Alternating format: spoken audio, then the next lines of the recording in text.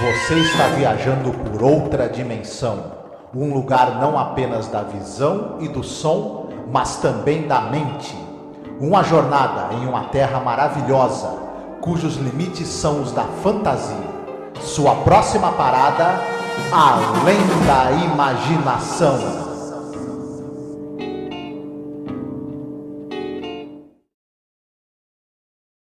Olá, ouvinte, seja bem-vindo a mais um episódio sobre a série clássica Além da Imaginação. Eu sou a Angélica. E eu sou o Marcos. Hoje nós iremos falar sobre o episódio número 98 no geral da série, episódio número 33 da terceira temporada, The Dummy, o boneco. Episódio escrito por Lee Polk, né? O roteiro é do Rod Serling, história original do Lee Polk, dirigido por Abner Biberman, e é um episódio sobre um boneco de ventríloco, né, e seu titereiro, e todas as trapalhadas e o horror que isso pode trazer, né, Marcos? Sim, é um episódio sobre como você pode acabar o boneco de ventríloco sendo você, né? Você! Enfim, isso. E é interessante, a série Além da Imaginação, ela tem muitos episódios em que você tem essa temática de manequins que ganham vida, ou de bonecos de ventríloco que ganham vida. Você tem objetos inanimados que, além de ganhar vida, começam a tentar dominar e se sobrepor aos humanos. É uma temática recorrente da série. Aparece mais uma vez nesse episódio e, para muita gente, e eu estou incluído nesse grupo, é o mais bem sucedido de todos, esse daí. Sim, é um episódio muito bom, né? Tem um outro episódio da série também, o César e Eu, que é com o Jack Cooper, né? Aqui teremos o Cliff Robertson, mas ele é muito famoso também, né? As histórias com bonecos de ventríloco são histórias interessantes, né? E o cinema, a literatura, né? Já abordou muito bem, né? Isso daí desde aquele O Grande Gabo, né? Sim. Aquele filme clássico lá, de 1929, é O Grande Gabo. É uma coisa que tem a ver muito com a cultura americana também. O boneco de ventríloco era muito presente no século XIX, no início do século XX, nos circos, vaudevilles e shows ali populares nos Estados Unidos. E quando você teve nos anos 40, 50, essa coisa da literatura pulp,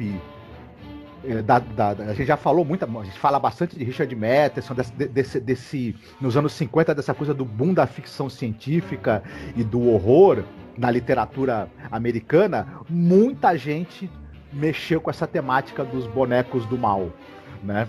Sim. Nossa, tem umas fotos muito freak, assim, de bonecos, assim, dos anos 20, 30, sabe? Que são realmente assustadores, cara. Será que era um tema de humor, né? Deve ser com certeza, né? Que você falou dos teatros antigos, né? Do vaudeville. Mas caramba, tem uns bonecos de meter medo. Depois eu vou deixar para vocês um site que tem umas fotos que, pelo amor de Deus, são grandes da pesadelo. Sim, muitas vezes as piadas que eram feitas nesses shows não eram piadas exatamente leves, elas tinham um elemento de grotesco. Os bonecos normalmente eles encarnavam personalidades sarcásticas, malcriadas, até meio freaks. Então isso dava uma parte da graça do negócio, né? Sim. E sobre o diretor, o que a gente pode falar sobre ele? Porque é a primeira vez que ele participa, o episódio que ele está participando. Vai ter mais na quarta e na quinta temporada. Mas o que se sabe até então do Abner Biberman? Esse episódio ele é muito bem sucedido por conta muito das habilidades desse cara, desse diretor. Porque ele era um cara, ele teve uma carreira longa como ator, tanto no cinema quanto na televisão. Ele era um cara que ele tinha uma aparência diferente, ele era meio baixinho, tinha uma pele morena, então ele fazia pessoas de etnias que não americanas, japoneses, indonésios, enfim. Ele teve muitas participações na TV como ator. Ele também era um cara que tinha uma formação de ator muito sólida e ele era também preparador de elenco, tanto para a TV quanto para o cinema. Ele era muito bom para escalar atores e conduzi-los em cena. E aí, o que acontece? Juntou tudo isso nesse episódio. Ele é muito bem dirigido, pelo Abner Biberman. Ele também conduz os atores de uma maneira muito boa. Então, todas essas múltiplas habilidades do cara estão presentes aí. Sim. E o Cliff Robertson, a gente lembra dele de um episódio que a gente já comentou, né? Que é aquele 100 jardas acima da colina, não é? Isso. Nós comentamos que ele é um excelente ator. Falamos já da carreira dele no outro episódio. Quem tiver curiosidade, dê uma escutada que nós falamos mais da biografia dele. O pessoal vai lembrar que ele é o Uncle Ben do Ben Parker, né? Dos filmes do Homem-Aranha do Sam Raimi, por exemplo. E tudo. Era um cara que teve uma experiência no rádio e depois uma longa experiência alternando papéis coadjuvantes no cinema e papéis mais de protagonismo na televisão. Um excepcional ator, e a gente pode ver muito do talento dele nesse episódio. Sim, e tem um caso interessante que aconteceu com o Cliff Robertson, porque tem um episódio, a gente já gravou, acho que foi na segunda temporada, se eu não me engano, que tem o 22, né? Para quem está acompanhando, a gente vai lembrar que é de uma mulher que fica tendo o mesmo sonho, que ela está internada no hospital e uma enfermeira abre a porta assim para ela e abre a porta do necrotério, né? E ela acaba não querendo entrar num voo que justamente vai explodir, né? Inclusive daí que vem aquela franquia Premonição, né? Que a gente até comentou quando a gente gravou esse episódio. E com o Cliff Robertson aconteceu a mesma coisa. Teve um voo para Nova York e tal, mas não assim dele ter uma intuição, nada. Teve um voo para Nova York que ele deixou de ir por algum motivo e tal, e o avião caiu, né? Então é uma dessas histórias assim que aconteceu com um ator, algo que sugere numa outra temporada da série, sabe? Interessante, né? Curioso e tal. Ele contracena também com o Frank Sutton, que faz o agente dele. Falando rapidinho dele, ele era um cara que alternava heróis e vilões na TV. Ele tinha um jeito para fazer sujeitos durões. Não é à toa que nesse episódio ele faz um personagem que tem um bom coração, mas também sabe ser duro quando precisa, né? E aparece também em cena rapidamente com um certo destaque. A gente não pode falar o personagem que esse cara vai fazer para não entregar muito cedo. É o George Murdoch. O pessoal talvez lembre dele que ele no filme Jornada nas Estrelas 5, ele é Deus, por exemplo. Ele é Deus. Isso. E ele fazia um personagem na série Arquivo X, talvez o pessoal lembre, o personagem que é o Second Elder, e ele repete esse mesmo personagem no Arquivo X do filme, por exemplo. Olha, caramba, agora eu vou ter que ver. Ah, legal. Então esse é o elenco que aparece mais. Aparece um pouquinho o John Harmon, que faz o George, né, que é o gerente da boate. A Sandra Warner, outras atrizes também que fazem as dançarinas, né? Então a gente vai falar agora sobre a sinopse. Hoje é a tua vez, né? Sim. Nós temos esse personagem, o Jerry Etterson. Ele é um ventríloco. Só que, além de trabalhar ali fazendo shows de ventriloquismo em pequenos casas de espetáculo, bares, enfim, ele também tem um sério problema de alcoolismo e ele sofre de uma paranoia. Ele imagina, será que ele imagina mesmo? Ou será que não é só imaginação? Que o boneco dele, o Willy, tem vida própria e, na verdade, tem uma personalidade que está tentando dominar a dele. E isso está levando ele a um caminho de autodestruição. Será que é apenas loucura e alcoolismo que faz ele ter essa impressão? Ou é alguma coisa a mais? É o que nós vamos ver no episódio. É verdade. O Cliff Robertson, ele foi um preciosista, né? Era um ator do Actor Studios, né? Então ele era um cara muito focado. E ele foi atrás de poder se informar, falar justamente com pessoas que fazem essa espécie de trabalho, né? Que, óbvio, todo mundo conhece, mas o ventríloco é o cara que consegue projetar a voz para parecer que está saindo de um outro local, né? Aí movendo o bonequinho e tal. E é claro que ele não faz esse trabalho durante o episódio. Mas uma coisa que ele faz, que é muito interessante, ele faz as vozes dos bonecos. E são 2 bonecos, né? Tem o Willy, que é esse boneco que ele acha que está querendo trollar ele, que inclusive fica dando deixas que ele não conhece nas apresentações, então ele fica furioso com isso, toma uma mordida, né?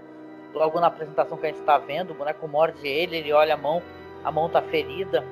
E tem o Goofy Googles, né? Que é o Pateta, né? O outro boneco de óculos, e assim, dentucinho, e você vê que as vozes são muito diferentes. E ele tem um trabalho vocal muito bom, o Cliff Robertson, porque são vozes, a dado momento, são vozes insanas, né? Que voz de pessoas enlouquecidas, gargalhadas assustadoras, né? Então, que trabalho do Cliff Robertson, né? E é um episódio que é, como mesmo você falou, ele tá tendo problema já faz muito tempo, né? Vai ter ali um longo diálogo com o agente dele, que é o Frank, né? Que falar para ele assim, olha, eu não tô aguentando mais, você fica o tempo todo dando desculpas para não se apresentar, eu tenho que ficar ali inventando coisas para os donos das boates e tal. Você continua bebendo, porque ele pega ele com a garrafa na mão, né? Você continua bebendo, você prometeu para mim que você não ia mais beber. E ele fala para ele assim, olha, você não tá querendo acreditar em mim, eu já fui em psicólogo e tudo, só que eu tô te falando a verdade. Esse boneco, ele tá querendo mandar em mim, tá querendo me dominar, entendeu? Não sou eu que faço essas piadas, é o boneco. E o agente olha para ele e fala, ó, você tá de sacanagem, né? À medida que a gente vai assistindo o episódio, a gente vai percebendo que esse problema do nosso amigo do Jerry é bem sério, porque, por exemplo, ele fica vendo o boneco mudar de posição sozinho, ele escuta a voz do boneco na cabeça dele, é uma coisa muito sinistra. À medida que a gente vai vendo essas coisas acontecerem, a gente vai percebendo o quanto isso mexe com o cara e o quanto isso gera angústia e desespero no personagem. E o Cliff Robertson, ele vai encenando isso muito bem, a ponto que ele resolve tomar uma decisão. Ele quer se livrar do boneco para tentar ver se a vida dele melhora, né? Se ele consegue largar o álcool e esse desespero paranoico que ele tem, né? Sim, e tem as reclamações, né? Porque o dono da boate fala pro agente dele, fala, poxa, por que o Jerry se apresenta e depois não vai querer confraternizar com o público, não vai circular entre o público, ele se enfia lá no camarim, não quer falar com ninguém, e isso é um absurdo, né? E é claro que ele pede também, falar pro Jerry, falar, ó, por favor, tenta depois da apresentação você ir lá falar com as pessoas querem te conhecer, né? E ele continua, na verdade ele tá tendo muitos problemas, né? Porque a cena é muito interessante, como você falou, ele tá assim de frente pro espelho e o boneco tá com a cabeça virada para ele, olhando para ele, e ele vira, o boneco tá com a cabeça pro outro lado, e eu fiz esse movimento agora por algum motivo, achei isso engraçado. Então, ele começa a beber porque ele não aguenta mais. Ele não tá aguentando, porque ele percebe que ele tá sendo trollado o tempo todo pelo boneco. Ele resolve que ele vai usar esse outro boneco que não tem vida própria e não atormenta ele, e também vai embora, vai tentar começar a vida de novo e fazer shows num outro local dos Estados Unidos, para tentar começar uma vida nova. Só que, o que vai acontecer? Nossa, meu, olha, antes disso, inclusive, né, porque o agente dele desiste dele, né? Quando ele não vai lá confraternizar, ele fez o show com outro boneco, as pessoas realmente gostaram.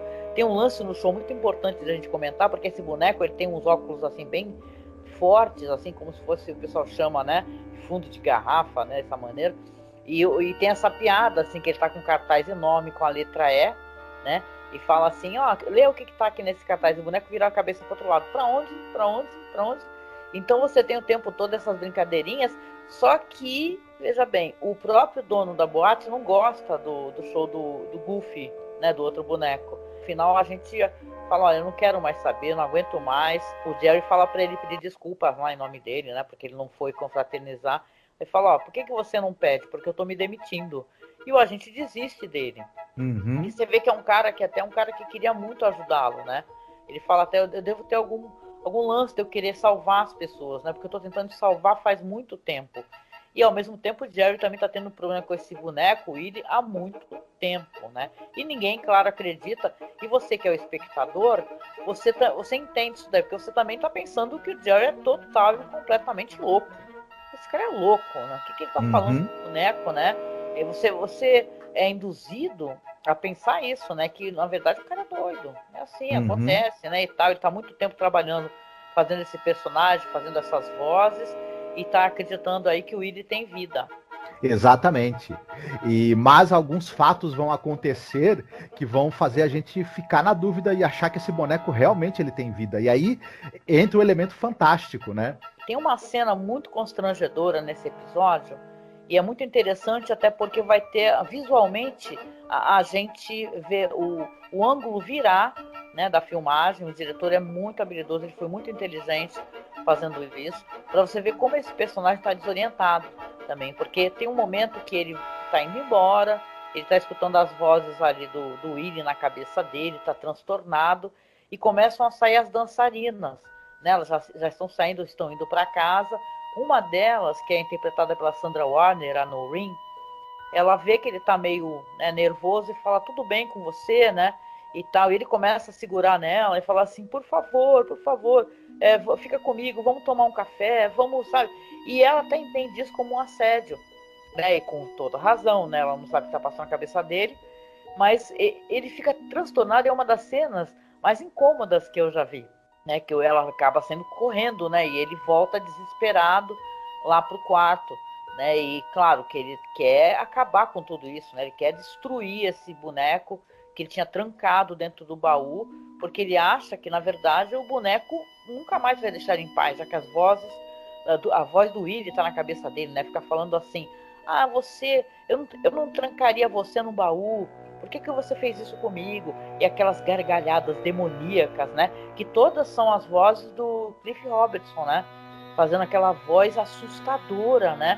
Tanto do Goofy, né? O outro boneco de óculos, que é uma voz assim de um senhor impostada, né? E tal, e a do Willie, que é uma voz enlouquecida, né? São vozes do ator, gente. Isso é muito interessante, né, Marcos? Uhum. Não, é impressionante o que o Cliff Robertson faz nesse episódio. O trabalho vocal dele, essa cena que você citou, que ele tá ali querendo obrigar a moça, a dançarina, a ir tomar um café, ficar com ele, para ele não ficar sozinho, não ficar escutando as vozes do boneco na cabeça dele. Você fica com medo da atitude dele, né? De tão real que aquilo é, que a desorientação e o desespero dele são palpáveis. O Cliff Robertson está muito bem, como a gente falou, provavelmente também muito bem dirigido pelo Abner Biberman, que era um cara que tinha domínio dessa coisa da direção de atores. Mas e o quanto esse episódio ele é assim, a condução dele é perfeita. O diretor ele sabe a hora de deixar em primeiro plano a atuação do Cliff Robertson, né? Ele sabe a hora de colocar os elementos audiovisuais e narrativos, que é essa coisa da câmera entortar e a montagem ficar mais errática, para a gente ter esse senso de desorientação muito bem colocado e muito bem feito. E nesse momento que você citou, a gente já tá ali tão nervoso quanto o personagem, né? Nessa espiral ali de desespero que ele tem. Eu queria também citar um negócio interessante. Fala-se muito dessa coisa do pós-terror hoje em dia, né?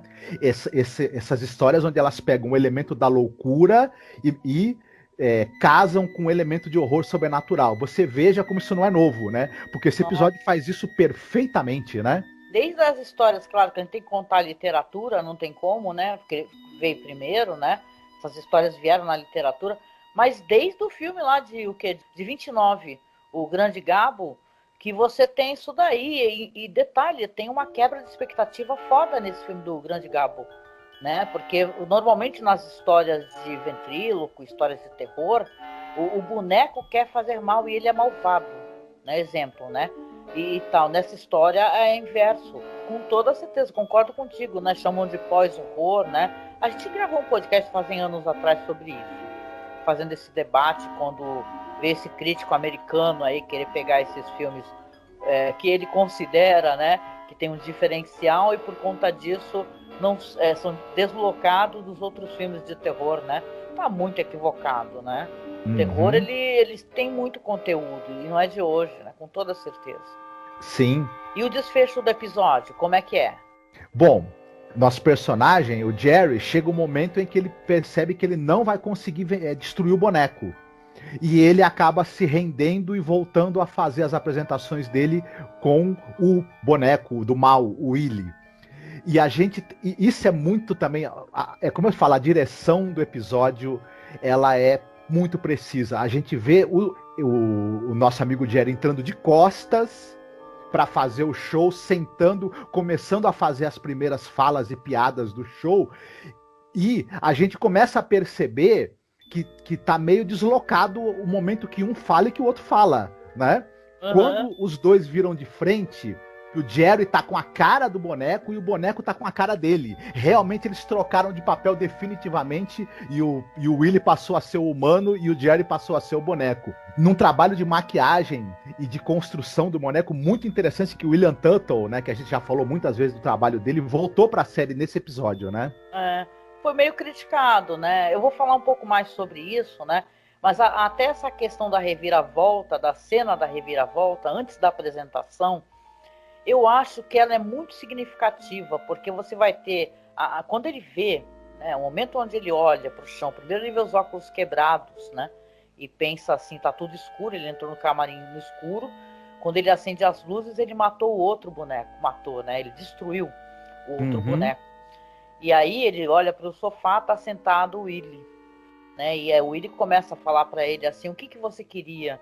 Você colocou pensamentos na minha cabeça, vozes na minha boca, entendeu? Então, na verdade, ele tá todo imbuído de sentimentos, aonde você compreende que o boneco ele é um aspecto da personalidade do ventríloco, na verdade, do titereiro, né?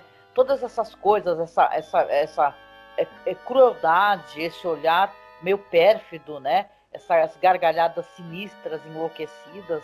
Então o boneco ele fala assim: eu sou você, entendeu? E aí ele se ajoelha. A última tomada que tem da cena é ele ajoelhado na frente do boneco.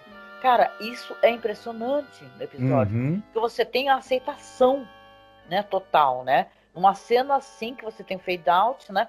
Mas aí ele tá ajoelhado, ele se ajoelha na frente do boneco, aceitando. Então a próxima cena você vai ter, como você descreveu, ele de costas entrando, o público, né? E aí você vai ver, foram invertidos os papéis, mas não apenas invertidos, as aparências também se inverteram.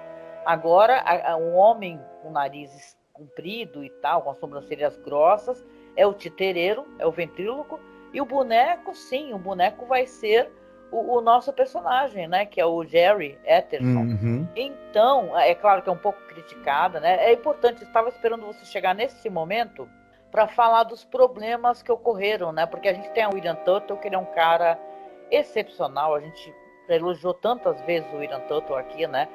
Mas essa questão de fazer uma caricatura, que essas faces de boneco de ventríloco são caricaturas, né? E ele teve dificuldade com isso daí. Aí foi apresentado a ele um cara que trabalhava para a Disney, né? Para aqueles desenhos animados da Merry Melody, você deve lembrar, né? Thornton Hee, nome dele, né? Que é um animador muito habilidoso. E ele, então, fez os desenhos para que o William Tuttle fizesse as máscaras, né? Então, pegaram um ator, aí você falou do George Murdock, ele aparece no final, então não vai ser mais o Cliff Robertson. Você vai ter o George Murdock, que ele tem acharam ele com uma aparência assim, interessante, que pudesse fazer uma maquiagem, né? Com que ele parecesse um nariz mais comprido, né? Algo assim do gênero. Só que as pessoas não gostaram. As pessoas não gostaram. Veja bem, as pessoas em geral, né? Comentam que nem o boneco parece o Cliff, o ator, né? O Jerry, e nem o e nem o cara que tá lá parece o boneco anteriormente, o Willie, né? É uma coisa, é meio creepy esse final, quando ele vira assim com aquela carinha e tal, é uma coisa meio assustadora, né? E tal, mas é interessante, veja bem, é o que o William Tuttle conseguiu fazer, tendo inclusive suporte de um animador e tal, para tentar fazer caricatura, porque não era o forte dele. Ele trabalhava mais com aquelas faces humanas, vamos lembrar que tem aquele The After Hours, né, dos manequins, né? Então, ele era um cara muito inacreditável, maravilhoso. Só que nesse caso aí, talvez realmente tenha ficado, né, um pouquinho estranho, né? Mas, mesmo assim, é um final acachapante, né? Você fala, caceta, malandro. Então, é uma quebra da expectativa que o Rod Serling fez a partir dessa história, claro, do Lee Polk, que era um outro roteirista também de televisão, que você tem normalmente, como eu disse, as histórias assim que que o boneco é do mal, e o cara tá ficando louco, aí o boneco é assassino, aí o boneco induz o cara a fazer coisas. Aqui o boneco, ele se transforma no cara, entendeu? Ele vai dominar a personalidade do cara, entendeu? O cara que vai se transformar num boneco. Sim. Então isso é um final, né, Marcos? Muito impressionante. Sim. Mas se a gente for pensar essa dúvida e do que está acontecendo, se tem realmente um elemento, ela é plantada desde o início. Isso é muito bom, porque isso tudo, esse plot twist, ele não é gratuito, não é uma coisa que os caras falaram, pô, de onde os caras sacaram essa agora? Dá licença. Ela é construída desde o primeiro momento, porque se a gente lembrar a primeira aparição dos dois, tem uma hora que parece que o boneco morde ele, e ele vai olhar o dedo dele, tem uma marca de mordida. Sim. Né? E quando ele tá saindo do palco depois da primeira apresentação, visivelmente ele e o boneco estão brigando. As pessoas acham que é uma brincadeira que ele tá fazendo, né? Não, acho até que ele é meio louco, né? As dançarinas olham pra ele, nossa, que é isso? Esse cara entrou mesmo no personagem.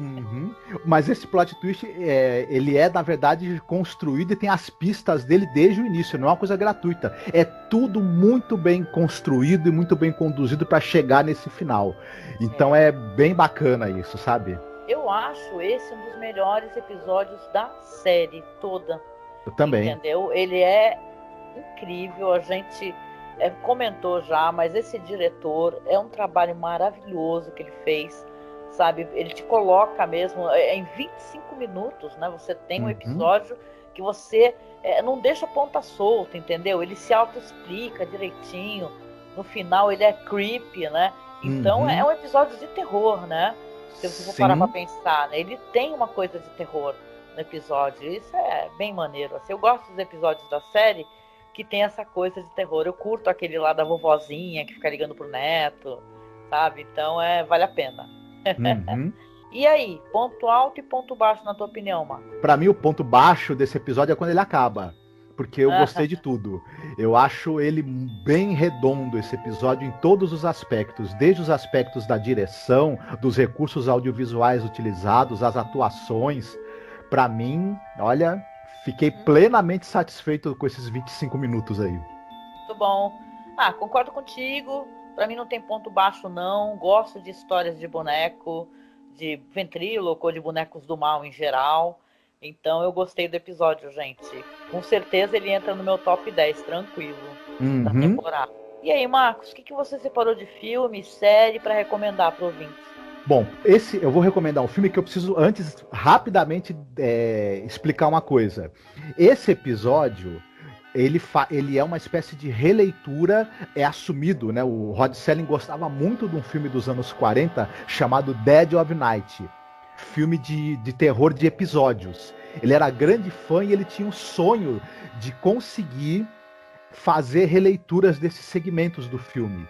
E ele realizou esse sonho na série Além da Imaginação. Ele faz releitura de 3 episódios ao longo da série. Um deles é esse que nós comentamos agora. É um filme maravilhoso e ele tem um segmento que é o segmento que tem um boneco de ventríloco do mal, né? Uma história até mais ou menos parecida com essa que o Serling fez. Esse episódio ele é dirigido pelo Alberto Cavalcanti. Muita gente considera esse filme Dead of Night um dos melhores filmes de terror de todos os tempos, e esse segmento do boneco, que é dirigido pelo brasileiro Cavalcanti, é também considerado um dos pontos altos do cinema de terror. Quem não assistiu, não deixe de ver, é um filme absolutamente espetacular, incrivelmente bem escrito, inteligente e bem realizado. Enfim. Legal. Eu gosto. Dead of Night, acho que a gente já comentou em algum outro episódio, porque a série e o Rod Serling, né, já assumiu essas referências, que adora esse filme, né, adora essa espécie de história, e é bom mesmo, gente. Tem muito facilmente por aí, deve ter no OkRU, viu? Vale muito a pena, gente. É uma antologia, Dead of Night, que pessoas que se reúnem num lugar e vão contando as histórias, né, e tentar descobrir por que elas estão lá. E aí você vai ter as histórias. São muito boas, muito boas. Eu gosto muito. E você, qual a recomendação que você tem pra gente? Olha, eu vou recomendar, eu gosto muito de terror, quem me conhece, né, sabe que eu sou muito fã de terror, e tem um filme maravilhoso chamado Gritos Mortais. Né? Você lembra desse filme aí, Marcos? Eu assisti esse filme várias vezes, lembro sim. Pois é, esse filme é de 2007, né, é de um diretor muito conhecido, hoje em dia ele é muito hypado, né, porque é um filme do James Wan, né, que ele tem várias franquias, né? Tem a franquia lá do casal, né? Do demonólogo e tal, e a esposa, tem do outro lá, eu adoro falar de famílias, né, pelo jeito, né? Mas esse filme tem de tudo, gente. A começar que é uma das músicas, soundtracks mais legais que eu já escutei. Então, a sinopse de Dead Silence, ou Gritos Mortais, é de um cara, o Jamie, que é interpretado pelo... Quem lembra desse ator, gente, daquela True Bloods? Ryan Quaten, né? Ele era o irmão da protagonista do True Blood, e ele faz um cara que ele perdeu a esposa, né? E ele acaba indo para uma cidade para poder descobrir, tentar solucionar o assassinato da mulher. E tem um boneco envolvido, né? Um boneco envolvido, que eu digo assim, porque aparece na porta dele esse boneco, né? E ele acaba indo atrás, vai para outra cidade para tentar descobrir por que aconteceu isso e por que a mulher dele foi brutalmente assassinada, né? Só que aí vai ter uma trama que ele vai encontrar um cara, assim, um cara super rico, a esposa, numa cidade muito estranha. Ele vai acabar tendo acesso a uma trama muito sinistra relacionada a isso, com bonecos de terreiro, sabe? E ele tem uma quebra também de expectativa muito interessante no final desse filme. O filme ele foi meio gongado na época, eu lembro, né? As pessoas não gostaram muito, mas eu gosto, gente. Eu acho o filme muito legal. E o final, ele é uma porrada, é surpreendente o final desse filme. Né? É claro que ele leva em consideração você ter uma certa suspensão de descrença, né? O que é comum para quem assiste terror. Mas o final, gente, que é uma coisa relacionada a titereiro, né? Que é a pessoa que move ali, é uma coisa sinistra, né? Tem o Donnie Wahlberg, olha isso, tem o irmão do Mark Wahlberg. Sim, ele faz o detetive, né? No filme. Olha, esse filme, não querendo me estender muito, mas eu já dando meu pitaco na tua recomendação, esse filme, o James Wan fez logo depois dos Jogos Mortais, né? Os Jogos Mortais foi aquele mega sucesso. Sim. Eu acho esse filme muito superior, muito mais legal do que Jogos Mortais. Ele é um filme vibrante, ele é um filme cheio de ideias interessantes, ele usa muitos recursos de audiovisual, muita imaginação. Ele é um diretor que ele tem uma gramática muito ampla dos recursos que o cinema tem para gerar medo, para gerar expectativa, para brincar com as reações da plateia, e o James Wan usa tudo que ele pode nesse filme de uma maneira muito que traz um frescor assim e uma agilidade muito grande para a história e para a maneira como o filme é dirigido. É muito bacana esse filme, mas sabe? eu gosto de Jogos Mortais, viu? Eu não sei se eu colocaria ele acima de Jogos Mortais, mas eu colocaria pelo menos ao lado, sabe? É porque a trama de Jogos Mortais ela é muito legal também. Mas é que este filme é um filme meio esquecido do James Wan. Né? Isso é muito estranho, né? Talvez porque não seja uma grande franquia, né, e tal. Mas o caso é que ele é um filme fascinante, esse filme aqui. Né? A começar pela música, é maravilhoso, né? Eu acho esse filme bem bacana, assim. Eu me divirto muito com ele. Sempre que eu tenho a oportunidade, eu revejo. Sim. E tem rapidinho uma outra recomendação. Eu tenho que reassistir, na verdade, fazem muitos anos.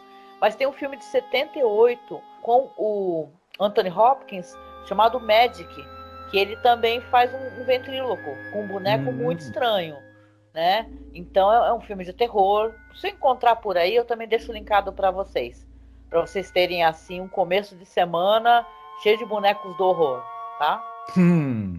É isso. E musiquinha? Hoje você escolheu alguma música legal pra gente tocar no final? Sim, eu não vou escolher nenhuma música que fala sobre ventrílocos, né? Mas eu escolhi uma música que fala sobre paranoia e mania de perseguição, que é a música da Florence and the Machine, Shake It Out. Shake It Out. Legal, muito bom, muito bom. Então vai tocar para vocês aí no finalzinho, tá? Então, gente, chegando no final aqui, contem pra gente o que vocês acharam do episódio. A gente adorou o episódio. E é muito gratificante, né? Porque o episódio anterior a gente reclamou bastante. Não ficamos satisfeitos, mas esse episódio, ele vale a pena, né? Você fala, caramba, isso é além da imaginação também, né? Contem pra gente, tá? Escrevam aí nos comentários suas opiniões, compartilha com a gente. E a gente vai deixar as redes sociais, como a gente sempre faz. Sigam lá a nossa página do Facebook, que é @masmorracine, que é a página do nosso site, tá? O nosso projeto também está lá dentro do nosso site. Temos a nossa página de fotos, documentários, curiosidades sobre a série, que é The Twilight Zone Behind Scenes, né? Eu vou deixar também linkado para vocês aqui. E também, claro, nós temos o nosso Twitter, que é @masmorra_cast. No Instagram, nós temos o perfil @masmorracine, que está sendo alimentado ali com muitos vídeos legais, curiosidades, piadinhas, sacadas boas sobre a série pelo nosso amigo William Funchal. Beijo para você, William, obrigada pela ajuda. Não deixe de seguir a gente no Instagram, interagir, viu? Seguir o William também no Instagram, tá? Porque todos nós estamos lá. Eu estou, o Marcos, o William. Sigam a gente e sigam o perfil do nosso site também. Oh, yeah. Nós temos nosso perfil de colaboração, na verdade, perfis, né? Nós temos lá no Padrim, tá? O nosso perfil, que é só você acessar pelo link aqui, você pode doar algum valor e ajudar a gente a manter o nosso trabalho vivo, né? Temos o nosso perfil também lá no Colabora Aí, mesma coisa, você pode doar qualquer valor para ajudar a gente. E agora temos Pix, então você dá uma olhadinha aqui na descrição do podcast, logo abaixo, vai ter a chave do nosso Pix. Você pode doar algum valor para a gente, para que a gente possa comprar equipamento, pagar servidor, como eu disse, repito, manter o nosso trabalho vivo, gente, porque não é fácil a gente manter esses podcasts semanais. A gente está precisando comprar equipamento e está bem difícil manter, mas a gente está aqui firme e forte. Se você puder nos ajudar, se você não puder, sem problema, você compartilha a nossa publicação, já é uma ajuda muito, muito boa, né, Marcos? Com certeza. E é isso, né, meu querido? A gente vem chegando no finalzinho, deixa para você um beijo, tá? Bem gostoso, um abraço bem apertado, se cuide, tá? E a gente se encontra no próximo podcast sobre a linda imaginação. Fiquem bem, se cuidem. Beijo, tchau, tchau.